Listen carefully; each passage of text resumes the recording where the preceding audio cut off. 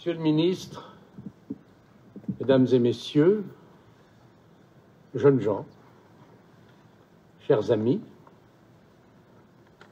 dois-je, en tant que président de notre école, vous avouer que d'avoir à ouvrir cette cérémonie est un honneur à la fois sombre et lumineux.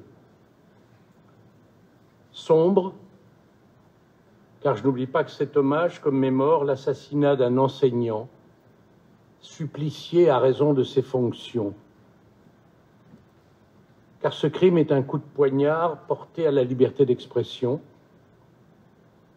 car il témoigne d'une abominable intolérance, car il est la négation de toutes les valeurs sur lesquelles s'est bâtie l'éducation nationale de notre pays,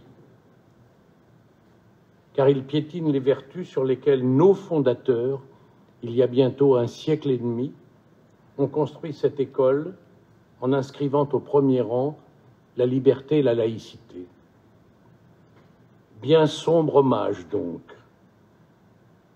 mais cérémonie que nous voulons lumineuse aussi, car comme dans tout décès, la douleur instinctive doit laisser la porte s'ouvrir à l'espérance raisonnée. Gémissons, gémissons, gémissons, certes, mais espérons. Car non, cher Samuel Paty, non, vous n'êtes pas mort pour rien. Votre décès nous a d'abord rappelé l'humble et formidable dévouement de vos milliers de collègues qui, chaque jour, dans les salles de classe de notre pays, rappellent les vertus que nous entendons cultiver. Votre décès a permis à tous nos compatriotes de prendre conscience que liberté et démocratie ne nous sont pas données une fois pour toutes. Il nous confirme, hélas, que la tolérance et l'esprit critique ne vont pas de soi. Il nous rappelle enfin que, contrairement à un slogan publicitaire d'antan que seuls les plus de 60 ans ont pu connaître, la liberté ne s'use que si l'on ne s'en sert pas. Et c'est pourquoi notre école alsacienne a tenu à répondre aux demandes des autorités éducatives et qu'elle a tenu à commémorer cet ignoble assassinat, mais dans une posture d'espoir et de fierté, bien sûr. Et puisque c'est à la liberté qu'on a voulu trancher la gorge il y a 1 an, nous avons tenu cette liberté à l'enraciner au plus profond. D'où le choix de l'école de planter en plein cœur de ces bâtiments cet arbre de la liberté. Cet arbre de la liberté qui, depuis la Révolution française, symbolise continuité, croissance, force et puissance. Cet arbre qui, au long des décennies, est devenu un des symboles de notre République, avec la Marianne, avec notre devise ou avec la Marseillaise. Notre arbre, celui de l'école alsacienne, que nous vous dédions, cher Samuel Paty, et qui a été planté hier. Nous aurons le soin de le faire grandir et de le fortifier. Nous en faisons le serment. Vive l'école alsacienne et vive la liberté.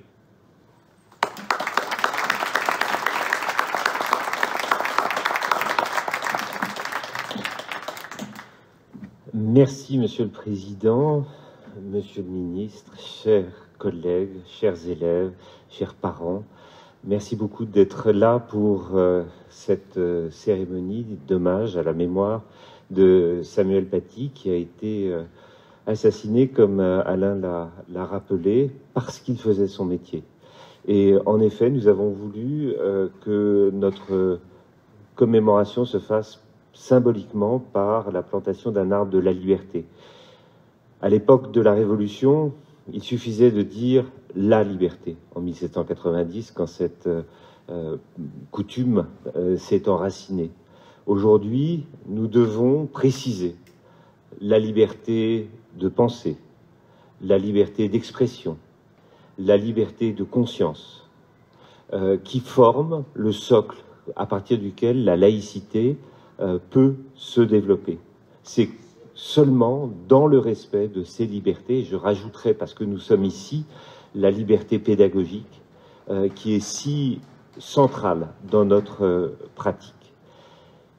Cette cérémonie, on pourrait se dire, mais au fond, est-elle bien nécessaire, puisque l'école est l'un des premiers établissements à Paris et même en France où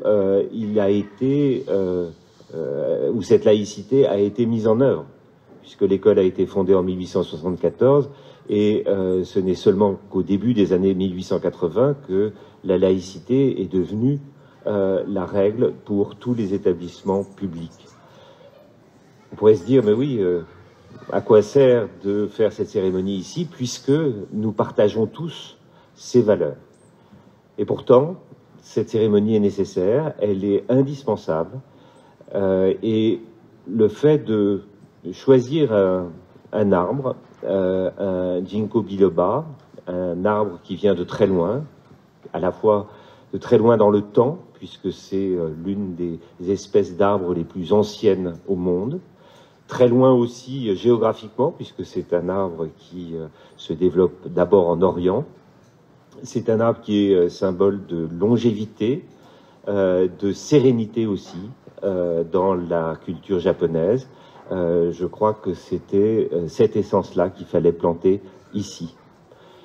André Gide, ancien élève de l'école, en 1908 a mené une polémique assez vigoureuse avec Barès, qui venait d'écrire un ouvrage qui s'appelait Les Déracinés, et qui plaidait pour l'enracinement dans le sol et que tout changement était néfaste. Et André Gide a répondu que la vertu, c'était la transplantation, que les arbres, il a pris cet exemple, étaient plus vigoureux quand ils étaient transplantés. Alors je souhaite que cet arbre et tous les symboles qu'il porte de notre attachement profond, viscéral, à ces valeurs de laïcité, de liberté d'expression, de liberté d'opinion et de liberté de conscience, que cet arbre prenne racine et que toute la communauté que nous formons en prenne soin, comme jadis les villages et les quartiers prenaient soin de leur arbre de la liberté et les décoraient tous les ans en hommage à cette valeur qui nous unit. Merci beaucoup.